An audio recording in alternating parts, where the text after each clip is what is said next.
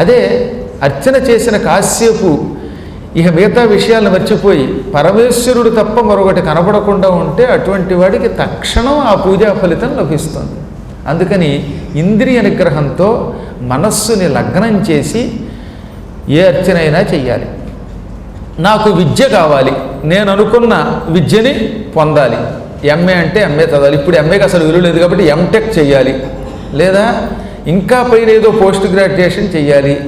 ఈ మధ్యకాలంలో ప్రతివాడికి ఉద్యోగం అంటే అమెరికా తప్ప మరొకటేం లేదుగా. అమెరికాలో మంచి ఉద్యోగం సంపాదించాలి, విద్యా ఉద్యోగం కావాలి అనుకున్నవాడు ఏం చేయాలట? విద్యార్థి పురుష ప్రీత్యా సహస్రమిత పార్థివం.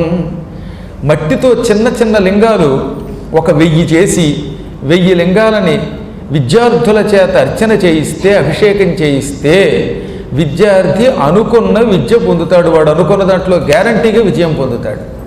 కాబట్టి విద్యార్థులు విద్యలో ఔన్నత్యం పొందాలంటే, మంచి ర్యాంకు పొందాలంటే, అనుకున్న చదువుని ఎడ్యుకేషన్ పూర్తి చేయాలంటే 1000 పార్థివ లింగాలను పూజించాలి. పైగా ఇక్కడ ఏమన్నాడు తెలుసా? నిశ్చయాత్ తత్ఫలప్రదం.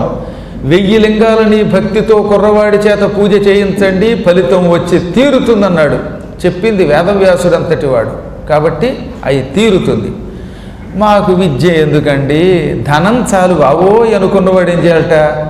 విడిచిపెట్టకుండా 11 సోమవారాలు 500 పార్థివ లింగాలని తయారు చేసుకుని పూజ చేసి, పూజ అయిపోయాక ఈ లింగాలని వీలుంటే నదిలో లేదా ఇంట్లో ఉన్నటువంటి చెట్లోనో ఎక్కడో చెట్ట పెట్టేయాలి. అలా నిమజ్జనం చేసినటువంటి వాడికి ధనం లభిస్తుంది. జీవించడానికి, సుఖంగా బ్రతకడానికి కావలసినంత ధనం వస్తుంది. పుత్ర సంతానం కావాలి అనుకున్నవాడు విడిచిపెట్టకుండా 40 రోజుల పాటు 1500 పార్థివ లింగాలని తయారు చేసుకుని పూజ చేస్తే వాడికి గ్యారంటీగా పుత్ర సంతానం కలుగుతుంది.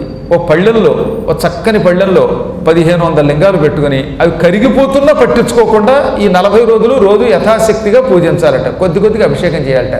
అభిషేక జలం తీసేటప్పుడు ఒక్కోసారి పార్థివలింగం కరిగిపోవచ్చు, కరిగిపోయినా మనం పట్టించుకోవద్దన్నాడు. అలాగే భక్తితో చేసేస్తే వాడికి అనుకున్న పుత్రుడు లభించి తీరుతాడు. నాకు మంచి